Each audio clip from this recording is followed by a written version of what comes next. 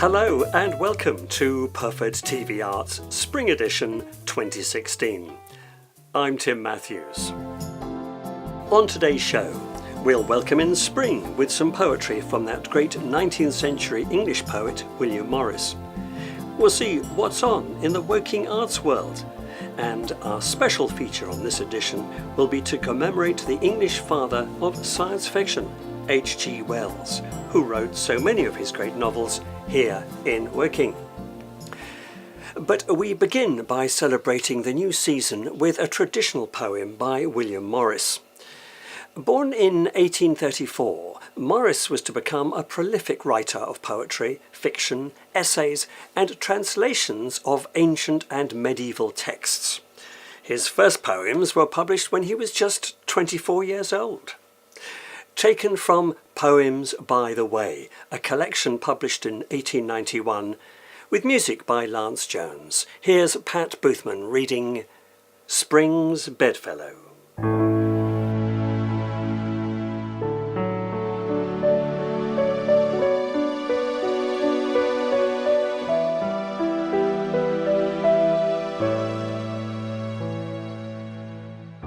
Spring went about the woods today, the soft-foot winter thief, and found where idle sorrow lay, twixt flower and faded leaf.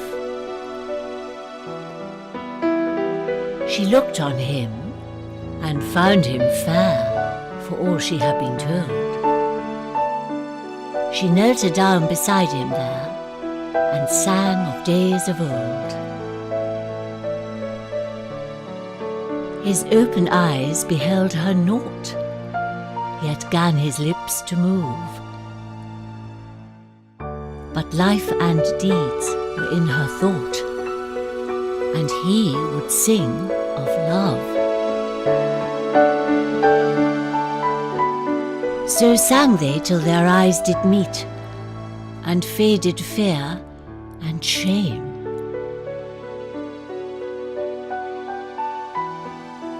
More bold he grew, and she more sweet, until they sang the same.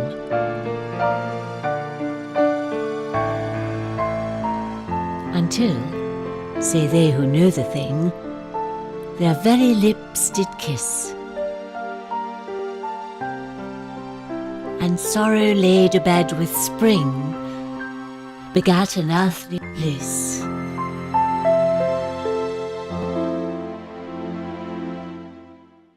Spring's Bedfellow was read by Pat Boothman, and the poem by William Morris was set to music by Lance Jones, with spring pictures by Corrimire Photography. Well, he wasn't born in the town, and actually spent only a few years here. But the time H.G. Wells did spend in Woking was enough to leave an indelible imprint on English literature, and of course science fiction. Wells moved here in 1895, and that year published his first sci-fi novel, The Time Machine. Then, just 3 years later, he was to produce for Pearson's magazine, The War of the Worlds. This year is the 150th anniversary of his birth, so TV Arts decided to commemorate Wells and the story that put Woking on the literary map. Anne Jones went along to meet local writer and historian Ian Wakeford and asked him to show us the local places that the War of the Worlds so clearly describes. And you'll be pleased to know that there's a special place in the novel reserved for Pyrford itself. With some flashing images, our story begins some distance from Woking. Well, about 140 million miles, as a matter of fact, out in space. No one would have believed in the last years of the 19th century that this world was being watched keenly and closely by intelligences greater than man's. Yet across the gulf of space, minds regarded this earth with envious eyes, and slowly and surely drew their plans against us.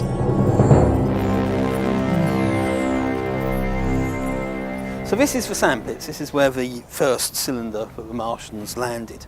And we can get a good description of what Horsell Common was like in Wells's time from War of the Worlds. There were less trees in those days than what there are now. There were a few. The Martian cylinder splinters one as it lands. And he mentions the pine woods towards West Byfleet, at the New Zealand golf course being alight. But it was much more open. You could see Woking town centre in that direction, Knapp Hill over there. And he mentions knots of people, a knot of people coming from Horsell. This is in the evening after the cylinder opens. And a knot of people coming from Chobham, a basket chase, and a few people with bicycles that had cycled up to the common from various areas. So this is really where the people from Woking and from Horsell would have come, and this would be more or less where the lad selling the green apples and ginger beer, Henry Flowerday, who had a shop in the Chobham Road, was a sweet stuff dealer. And Wells mentions that an enterprising sweet stuff dealer in the Chobham Road sent up his lad with a barrel load of green apples and ginger to make some money selling to the crowds of people that had come to see the Martians.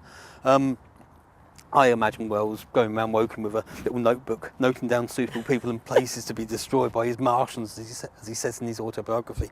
And Henry Flowerday must have sold him a bottle of ginger beer which was flat, or an apple that had a maggot in it or something. He's on the list, or at least the lad was on the list. So that when the Martian cylinder opened, and the deputation that was coming from the Horsell area, they came from Horsell. They telegraphed from Horsell, and they were coming with this white flag to show the Martians that they were friendly. This is where they were destroyed, and the heat ray starts to go round sweeping around, lighting the trees and destroying the houses, because the heat ray goes for miles, and it destroyed the houses up by Woking Station. A monstrous tripod, higher than many houses, striding over the young pine trees and smashing them aside in its career. A walking engine of glittering metal, striding now across the heather. So the tripod would have been coming from that direction, from the sandpits on Horsell Common, and heading towards Woking. Wells mentions about the people in the Chobham Road. There's actually a whole chapter in the book on the heat ray in Chobham Road. The shop folks decide that they want to go up onto the common to see what's happening. They don't know that the Martians are going to emerge and start killing everyone. They just want to see this thing from space. So the tripod here, the work of art of the tripod, was made by a gentleman called Michael Condren, and it was a competition that the council launched back in '96 when Woking celebrated the centenary of the publication of War of the Worlds in magazine form, because of course it was first published as a series of articles in a magazine called Pearson's Magazine in 1896-97. So everybody else really was celebrating in '98 when it came out as a book, and people forget that it was this series of articles that really captured people's imagination. And Michael Condren's really done very well with the tripod that he's made here, because he hadn't seen the illustrations in Pearson's. He was just basing it on the description that Wells gave in the story. But the actual tripod that we've got here is very similar to what was illustrated in Pearson's magazine. And it's purely because he's done it from what the description was. And there's other bits of art in Woking as well, which are related to War of the Worlds. We've got down the road there the town gate, which has a representation of the tripod, and the trees of Horsell Common, where the Martians landed on Horsell Common. Knitting it all together. Down the road, because this is Chobham Road, we have a subway, and there's works of art in the subway to do with War of the Worlds, and there's other buildings in the town as well, the H.G. Wells Conference Centre, lots of things to commemorate H.G. Wells and War of the Worlds, which has really made Woking world famous.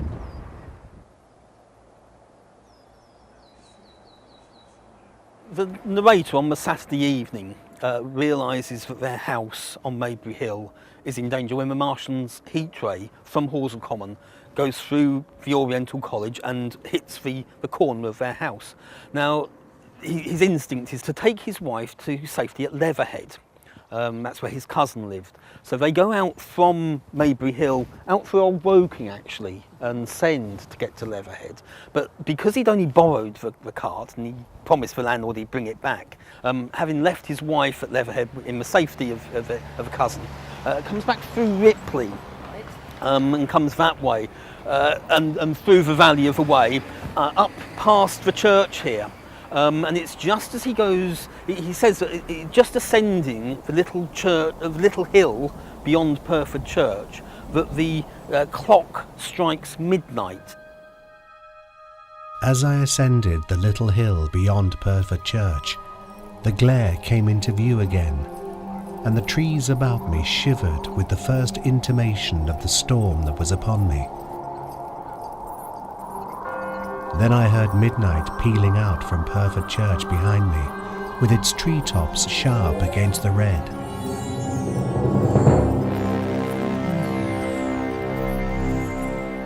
This is at the time when there's a violent storm about to start, and it's just past the church, as I say, that the clouds open and the third Martian cylinder lands in the fields where Pyrford Court is now. Pyrford Court wasn't built at that stage, just up the road. Now, the interesting thing is that would place him really where the Pyrford Stone is.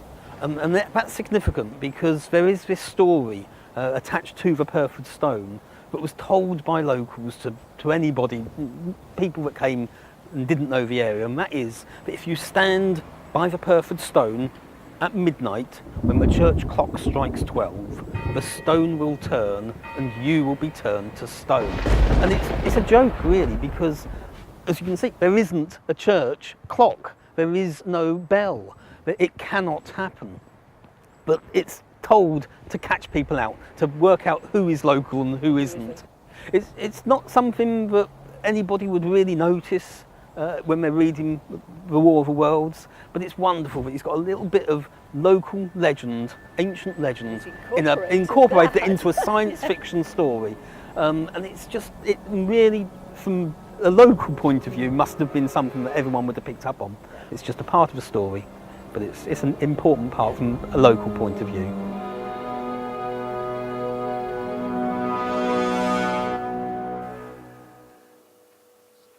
Celebrating the 150th anniversary of H.G. Wells' birth in 1866, Ian Wakeford was showing Anne Jones the Woking that influenced the classic sci-fi novel War of the Worlds, with particular interest for us here in Pyrford.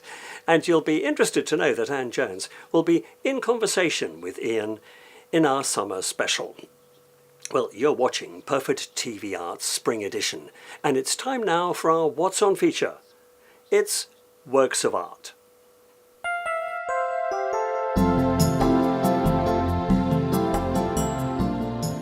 At the Lightbox on the 26th of May at 1 p.m, H.G. Wells' Fantastic Transport. Simon James, Professor of Victorian Literature, will give a talk on the role of the bicycle in Wells fiction. See the website, thelightbox.org.uk, for more details. Friday night on Horsell Common is a guided heritage walk led by Ian Wakeford on May the 27th. Meet at 7 p.m. in Horsell Common car park. And the annual Woking event for all the family, Party in the Park, on July the 9th. The theme for Party in the Park 2016 will be science fiction, this year representing H.G. Wells' 150th birthday.